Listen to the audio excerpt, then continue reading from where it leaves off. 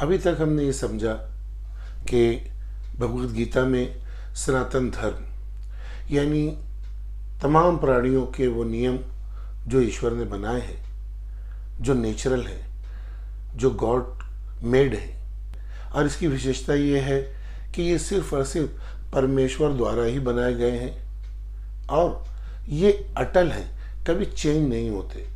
इसी बात को कुरान शरीफ में भी बहुत ही तफसील के साथ कहा गया है। यानी मैं आपको बताऊं कि सूरा नंबर 30 है और इसकी आयत नंबर भी 30 ही है, यानी जो श्लोक नंबर है वो भी 30 है। ये कुरान शरीफ की बहुत ही बुनियादी आयत है जिसमें ख़ास तौर पे सनातन धर्म का जिक्र किया गया। यानी सनातन धर्म क्या है ये पूरे तौर पर इस आयत में वाज़ेह हो जाता है।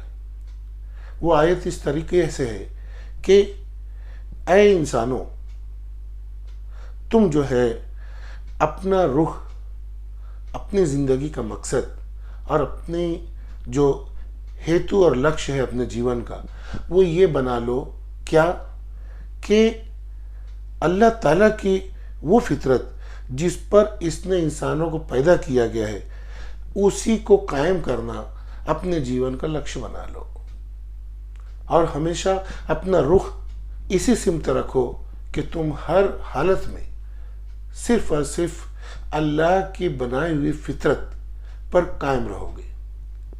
अब इसमें एक वर्ड है फ़अक़िम वजहक लिद्दीन हनीफ़ा।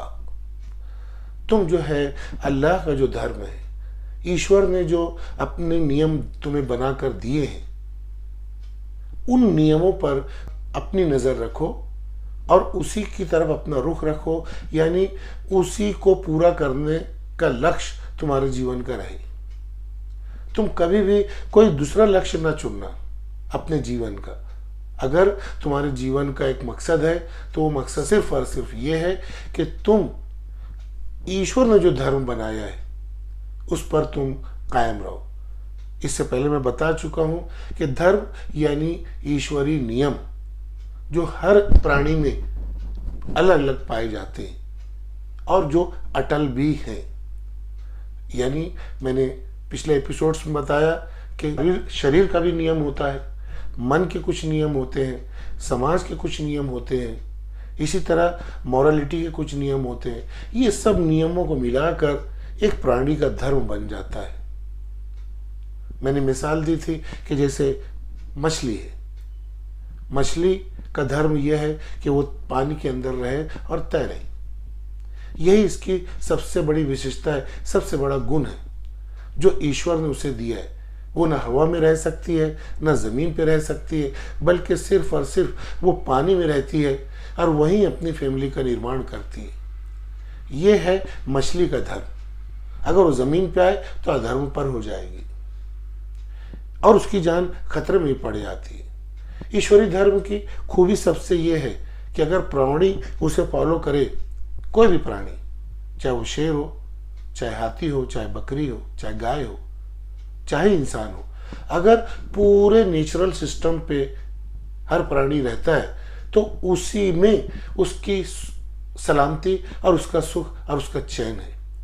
अगर वो किसी दूसरे के बनाए हुए नियमों पे कोई भी प्राणी चलने लगेगा तो उसकी ज़िंदगी का चैन उड़ जाएगा और उसकी स्वास्थ्य खतरे में पड़ जाएगी।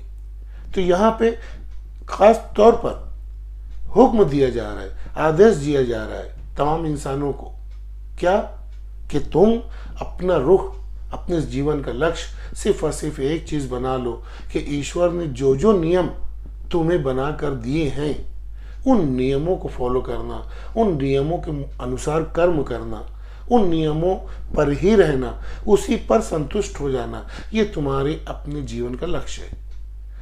यहाँ बोला जा रहा है कि फितरतल्लाहिल्लती फतरन्नास अलैहा।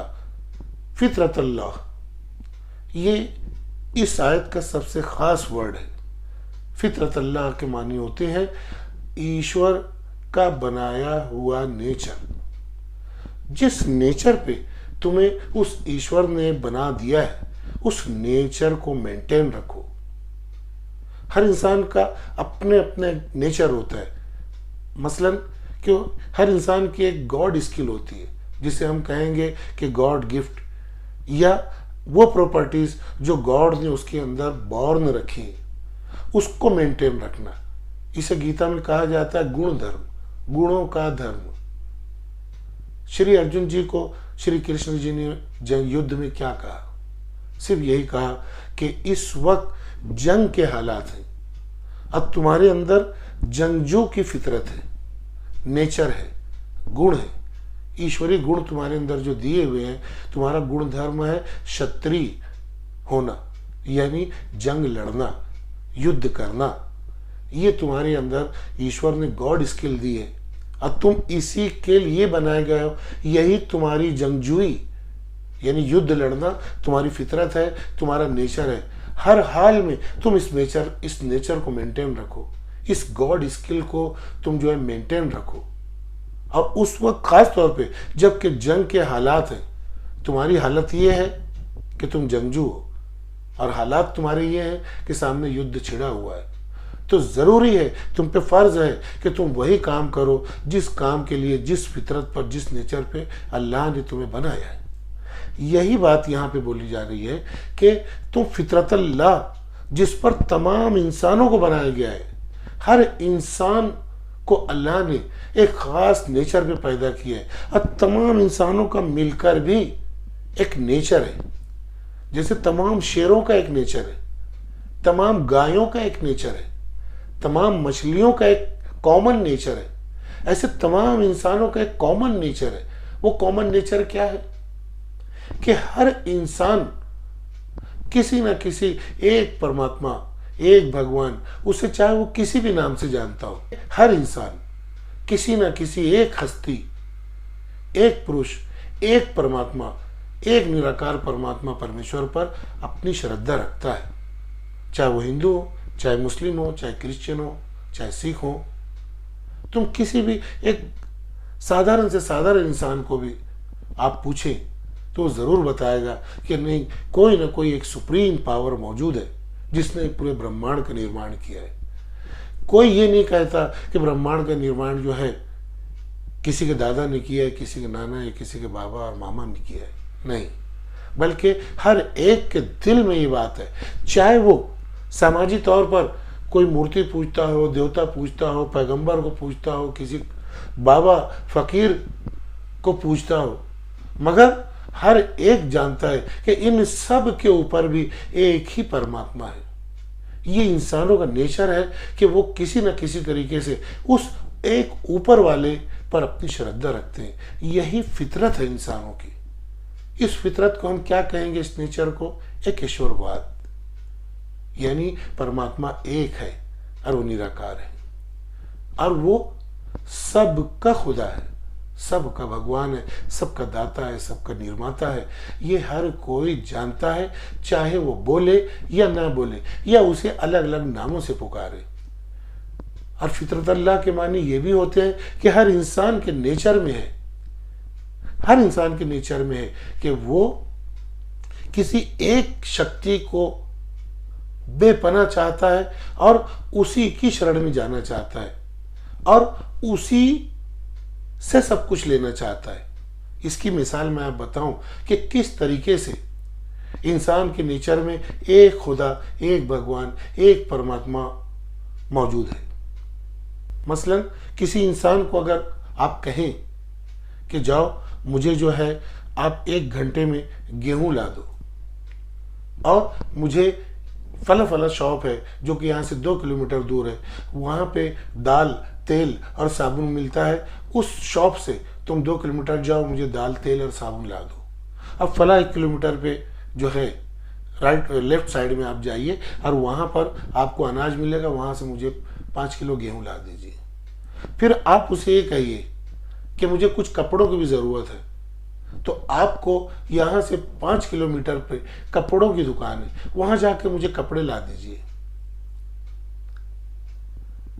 तो वो इंसान बोलिए कि ये सब काम कितने घंटों में कर पाएगा और उसे ये कितना जान पे आएगा और कितना नागवार गुजरेगा कि मुझे पहले गेहूं की दुकान पे जाना है, फिर जो है फला जगह 2 किलोमीटर जाके के तेल और दाल वगैरह लाना है, और फिर मुझे मज़ीद और सफ़र करना है, और उसके बाद मुझे जो है कपड़े लाना है।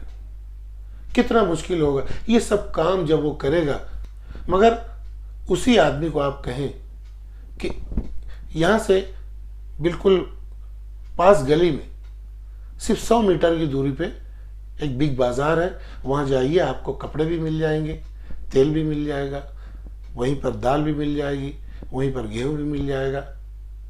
सिर्फ 100 मीटर के फासले पे जाइए, वहाँ से मुझे ला दीजिए। तो वो इंसान कितना खुश होगा,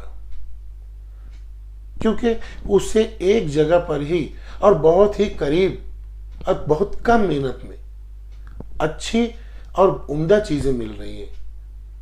इस तरीके से उसे अगर 4 घंटे लगते थे तो मैं समझता हूँ कि वो एक 10-15 मिनट में आपकी चीज़ें लाकर दे देगा। तो बताइए कौन सा इंसान है जो ये 4 जगहों से ये 4-5 चीज़ें लाएगा। हर इंसान चाहेगा कि मुझे कोई एक शॉप मिल जाए जहाँ मेरी ज़रूरत का हर सामान सस्ता और अच्छा हो। हर इंसान के नेचर में ये बात है। हर इंसान चाहता है कि मैं जो चाहता हूँ वो उम्दा चीज़ मिले, इजीली मिले और चीप मिले। तो बस यही मिसाल है कि हर एक के अंदर फितरत अल्लाह है, यानी एक अल्लाह को मानने का नेचर है। क्यों? क्योंकि वो एक ऊपर वाला, एक परमात्मा अल्लाह ऐसा है जिसके पास सब चीज़ें हैं और वो सबसे करीब है, इंसानों के सबसे निकट है और आसानी से अवेलेबल है और हर जगह मिलने वाला है और हर चीज़ उसके पास है। आप संतान मांगने जाएं, संतान वो देगा। आप दौलत चाहते हैं, दौलत वो देगा। आप अपने स्वास्थ्य चाहते हैं, उसके पास स्वास्थ्य है। अलग अलग देवी देवताओं, पैगंबरों और बाबाओं के पास जाने की ज़रूरत नहीं। वो एक जगह से आपको सब मिल जाएगा और उससे अच्छा देने वाला भी कोई नहीं। इसीलिए हर इंसान की तड़प यह है कि कोई उसे एक ऐसा परमेश्वर मिल जाए जिससे उसकी तमाम ज़रूरतें पूरी हो जाए। यही फितरत अल्लाह है। हर इंसान के नेचर में यह है कि वो एक परमात्मा से सब कुछ पाना चाहता है और यही इंटरनेशनल ट्रूथ है और यही सबसे बड़ा फैक्ट है कि हम सब का निर्माता एक ही है। आप पूरे ब्रह्मांड के प्राकृतिक नियम पे गौर करें तो पता चलेगा कि हर चीज़ के अंदर एक हार्मनी है। सब एक दूसरे से इस तरह जुड़े हुए हैं कि सब मिलकर इस पूरे ब्रह्मांड को चला रहे हैं। और एक कोई डिजाइनर है जिसने सब का, मौसम का, इसी तरीके से खाने पीने का, अनाज के उगने का, फलों के पकने का, सबका निज़ाम, सूरज और चांद का, सबका ऐसा निज़ाम, ऐसा नेचुरल इकोसिस्टम है जिससे सबकी ज़रूरतें पूरी होती हैं और सबकी सलामती वाक़ई होती है। यही फितरत अल्लाह है। अल्लाह का बनाया हुआ नेचर हर एक को इनबिल्ट मिला है परमेश्वर की तरफ से। कोई भी ऐसा नहीं जिसके अंदर ये बात ना हो कि वो एक परमात्मा को चाहता ना हो, एक परमात्मा से डरता ना हो, एक परमात्मा से मांगता ना हो।